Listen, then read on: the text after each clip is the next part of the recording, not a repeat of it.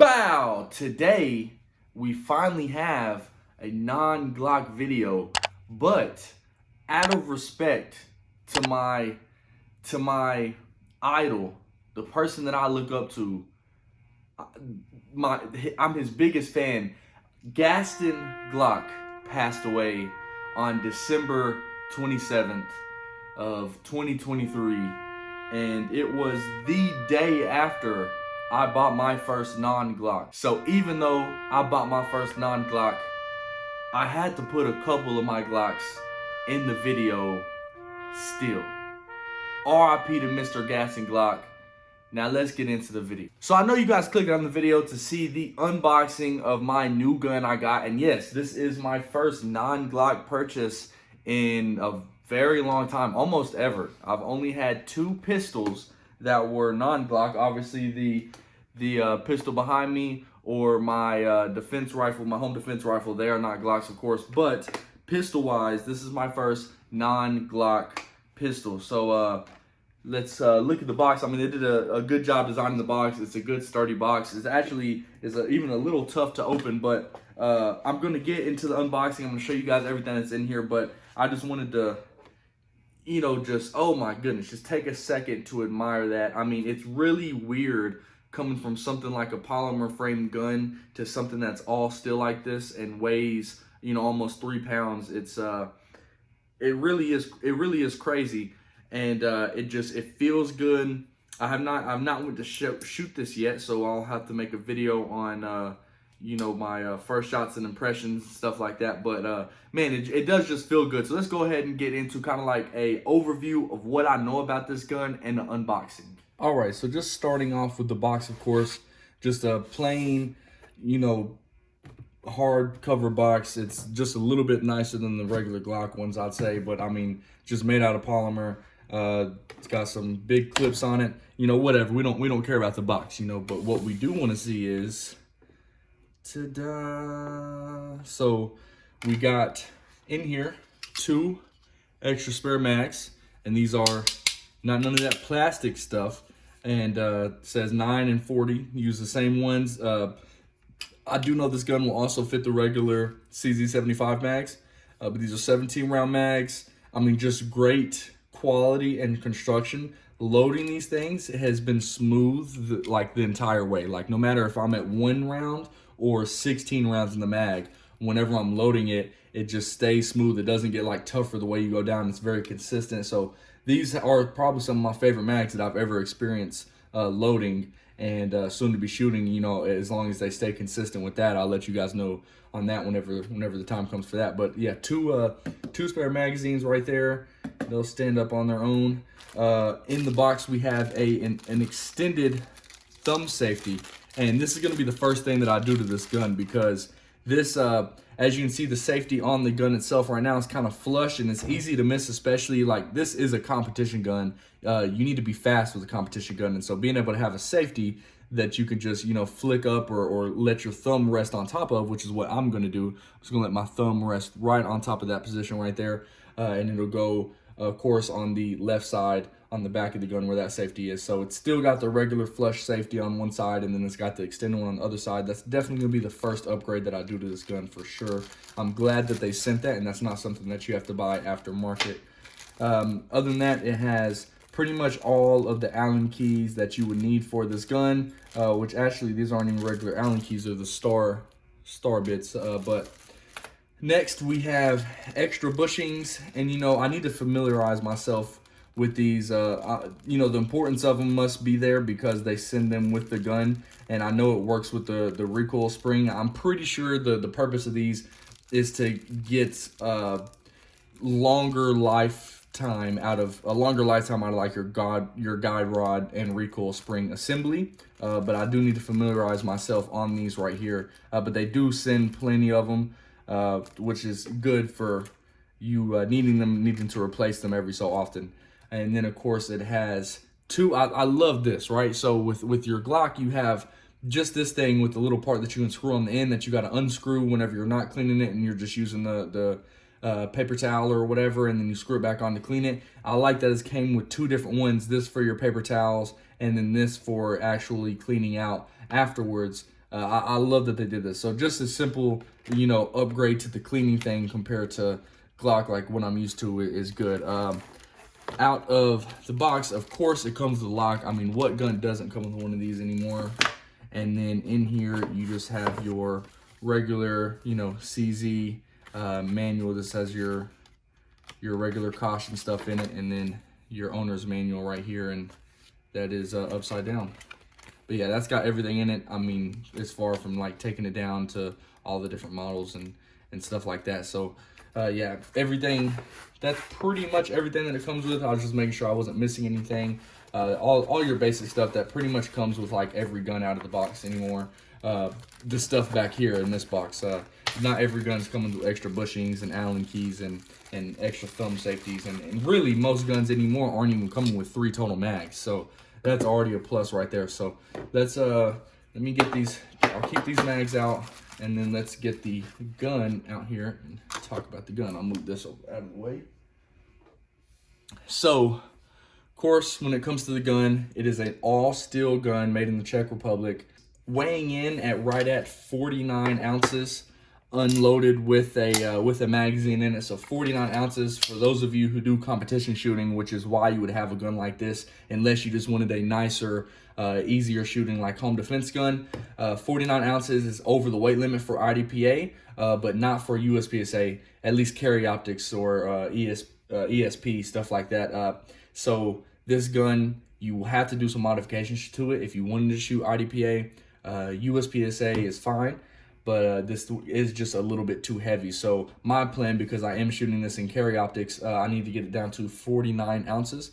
And you got to think adding a red dot on it is about 2 ounces anyway. So really 6 total ounces, which is a lot to cut off. But I found a company, and if I can remember them, I'll put them in the...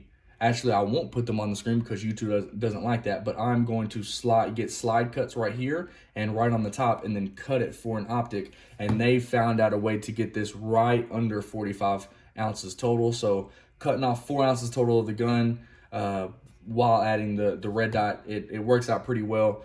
And I'll still be able to use this for IDPA and USPSA because I don't want different guns to be going back and forth. So this is, of course, a double action, single action, hammer fired pistol. And I mean, man, it really is a beauty. It feels good in your hands. Everything looks good on it. It's customizable. I mean, they really just did a good job with this. This is my first CZ, and I'm definitely glad that I went with this. So, of course, the Shadow 2, these little grip panels are interchangeable, and you can get brass ones, you can get palm swell ones, you can get aluminum ones. You just unscrew each screw on the side, and you can change these out right here. But the texture on them is very nice. It's very aggressive. Not too aggressive, which I'll probably end up getting maybe some thicker, more aggressive ones, as long as it doesn't change the weight of the gun too much. But yeah, this is pretty aggressive, and it looks cool as well. I mean, they did such a good job designing this with the color, the font, the 2 on it. I mean, everything just looks great. Whenever you turn to the front right here, on the front and the back, you have 25 lines per inch of this is not stippling, but this pattern that's on the front of the steel. And so it is even more aggressive than this, I would say personally. And that's where you want the most aggressive part to be, is your front and the back. People think that you get all of your stippling on the sides because that's the part that you see. But if you just look at the gun in your hand right there, there's slightly a gap in between my hand right there, but everything touching right here and everything touching back here has complete control of the gun, and that's what's touching the most. This part is not getting used at all until my support hand comes there, and then really, you know, how close is that to the gun? I'm pressing down on it, but that stippling, the aggressiveness, is not really as needed or as helpful as having it on the front and the back. So I'm glad that they did that. Other than that, you have your regular safeties work, or your regular function, like your slide release right up here at the top, which is kind of far away. If you have smaller hands, it might be a little hard to reach, but they make extended ones. I myself am going to get one that has a thumb lever gas pedal right here on the side, because that's legal in carry optics for USPSA, and everybody else is doing it, so I'm just at a disadvantage for not doing it, right? The trigger is, of course, double action, single action. So let's take a look at that single action right now while I got it. That's your take up, and that's your pull. And so I believe it's 4 pounds single action. I'm sorry, 3 pounds single action, and then I believe it is 8 pounds double action. It's kind of hard to find an exact number, but I believe that is what's advertised. I might correct myself on that if I can find a true statement on the true advertised trigger weights. If they're anything like Glock, you know, Glocks advertise 5.5 or 6 pounds, but there's nothing, no Glocks are around that. They're all, you know, 5 pounds all the way up to almost 8 pounds sometimes. So there you have some pretty nice aggressive serrations on here, which still almost seems like it's not enough because this slide is so small. It's kind of hard to get a hold of, you know, especially if you're not used to shooting something like this, which is a good thing that the slide is small. But for something when you're not used to, it's like racking that slide, it's just kind of hard to get a hold of. That's something that, you know, I might be able to get used to the more that I shoot it. But for right now, it's just kind of weird, and maybe I need to add something on the top or add some grip tape. I've seen people do that, or just whenever I get the slide cut, you know, maybe that'll be easier to rack back and forth. But that is a good thing whenever it comes to your total weight distribution, because the more weight you have on the bottom, the less weight you have on top, the less weight you're going to have rocking back and forth whenever you shoot this gun. So, I mean, if you just look at it, first of all, right now, the king of bore axis is the Glocks, and CZ came in and said, hold my beer. And you can see with how small the slide is, even with a beaver tail like this, how high you can get up on the gun, and there's only this much slide coming back. So let's just compare this. I got a Glock sitting right here.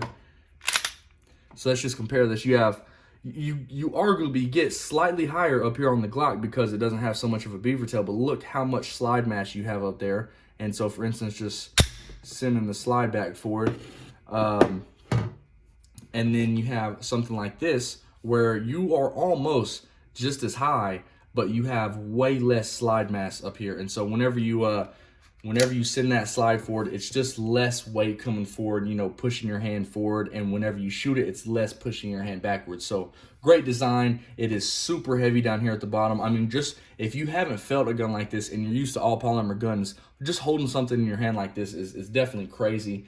And it makes you just excited to shoot it. So let's go over some of the other features. We got, of course, a manual safety right here. When you see the red, that means it's ready to fire. Like I said, I'm going to be switching that for the extended thumb lever one. You have a great mag release option right here, and it's obviously easily switch.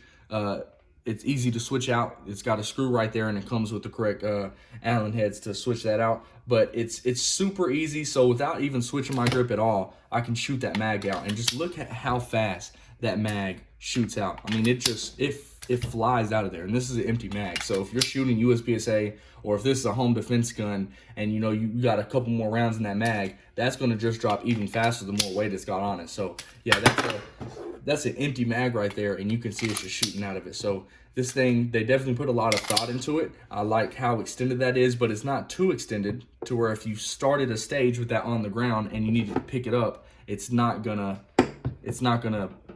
get that mag to come out. See, I'm pushing down on the gun, and that mag is still not coming out. So that's some of the problems that you run into with extended mag releases. Sometimes they're too far. So if you ever start with it like this, as soon as you put weight on that gun, that mag is coming out. And as you can see, that's just not a thing here. So let's see. Other than that, we talked about the trigger. It's got a full-size Picatinny rail down here. You can put any light or any laser, or you want to go to jail and put a vertical grip up here. You know, do anything that you can't. You have so many options to do up here. Don't do the last thing that I said. That was a joke, YouTube. But yeah, they really did do a great job of this. Another thing we need to talk about is the iron sights. And so let's see if I can get that lined up for you guys. You have blacked out rear with a red fiber optic up front. And this thing really does glow. I mean, it's good optic. You get that outside in some daylight, and you can see everything very well. And they also cut the back notches, the rear notches out. They did a good job at that. It helps kind of focus you towards the target. If you guys can see that, just the way they slimmed it up and cut those notches out. I feel like it gets a little bit more side picture and helps bring your eyes in towards the middle. But these iron sights are so well, I can tell they're going to be easy to shoot, even though I'm not an iron sights guy. I'm a red dot guy. I just know that with this big dot and with how heavy this thing weighs, it's still going to be pretty fast to shoot. It's going to be a nail driver, as you can say, attack driver, whatever the people call it. I can't remember because I don't use things like that. But yeah, you know, I think we went over pretty much everything. Just these are my just first impressions, and from what little I know about maybe watching some other reviews on YouTube. But I hope that anything I said here, you know, might help you guys in your decision on getting something like this, or just overall knowledge on this gun at all, because it definitely is a well-constructed gun, and you can tell that they took their time and knew what they were doing with this. Like I said, it's a competition gun, so they knocked it out of the park with this one, and I think I got some definitely some things to look forward to in my shooting journey whenever I switch over to this gun too. So yeah, thank you guys for watching. If you have any questions, let me know down in the comments, please, and I will see you guys next time.